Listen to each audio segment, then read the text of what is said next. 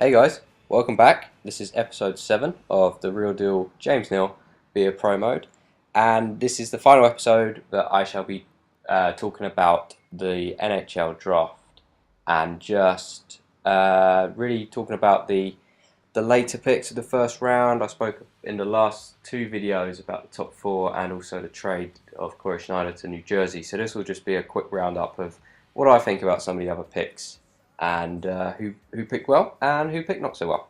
So let's dive straight in, shall we?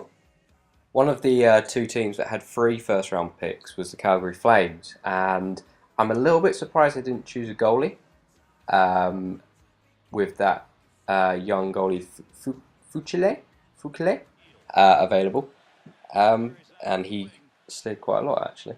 Um, They did choose Poirier, who was, I think the TSN rankings had him about 41, and they ended up picking him quite early on.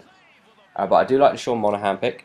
I think that's a very good pick for them. I don't expect to see him in the NHL next year. I think another year in the juniors will be would help him out a lot. But I reckon he will be a solid second line centre in the end. You know, a Ryan Kessler kind of player, good defensively, um, possible guy who we might be talking about in terms of the Selkie in years to come. They also took Morgan Kilmchuk at I think it was 28, and he looks like a very good prospect as well. I do like what Jay Feaster's done there. It was a big draft for them. He said it was maybe the most important draft in their history, and I tend to agree with him on that. And although it might have been worth packaging the two later picks to try and move up, I think he did well. I think he got three very good players. I don't know that much about Poirier to be honest with you, but from what I was hearing on the day from the experts or so-called experts, they really like him. So I think JF's done a good job, and well, the first stage of the rebuild is done, I guess. I wouldn't be surprised to see them in the lottery next year again, um, looking to get a top three pick. But it's not bad. I think the project is underway in Calgary, and let's just hope that they can rebuild quite quickly and become a competitive team again. In terms of the picks that I really like in this draft, the ones that really stand out to me are Max Domi at 12 to the Coyotes. I think that's a really, really good fit for him there. Again, someone I don't think we're going to see in the NHL for a couple of years. And also Hunter Shinkaruk at 24. He slid. He really did slide. Um, Quite a few people had him in their top 10, and to slide to 24 to the Vancouver Canucks, that's a great pickup for the Canucks there.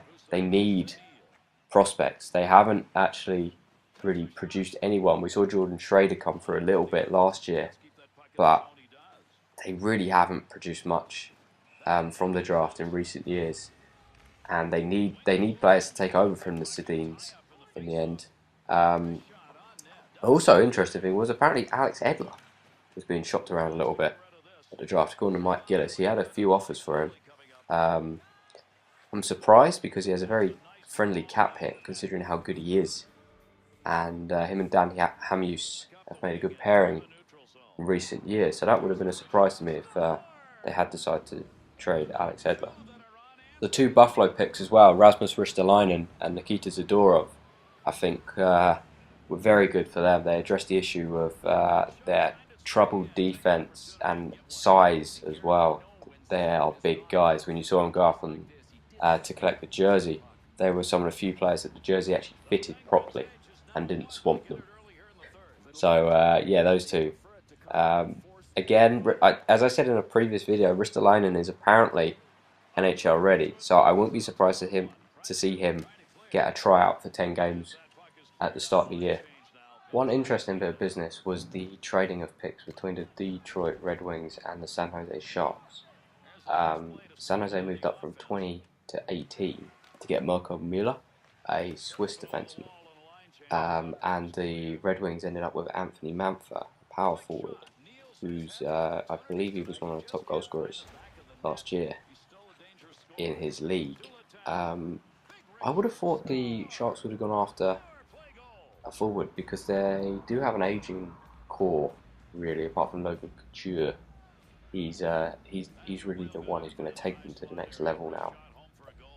Once Joe Thornton, Patrick Marleau retire or leave at the end of their contracts. So it was a bit of a surprise they took a D-man.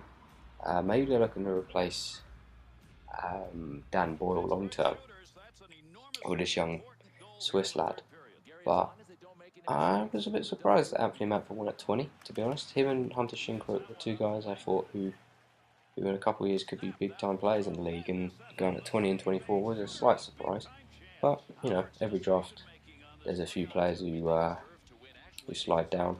There's always a defenseman as well, and that defenseman this time was Zadorov, who ended up at Buffalo. I think he was just inside the top 10, ended up at quite a bit lower than that actually.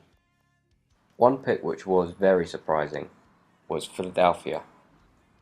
They took a big D-man. I think he's 6'6". Name of Morin, and it just seemed like they don't have much size on D. Obviously, Chris Pronger being injured for so long and probably never playing again is a big issue for them. But it didn't seem right. It seemed like getting size for the sake of getting size, especially when there were other guys still on the board who were ranked higher and will probably have more of an impact than he will in the league. Someone like a Ryan Pulock or a Josh Morrissey, I personally would have picked over Sam Morin. Okay guys, that wraps up the draft review. That's the third part of it. So I will see you in episode 8 of The Real Deal James Neal Beer Pro Mode. See you then.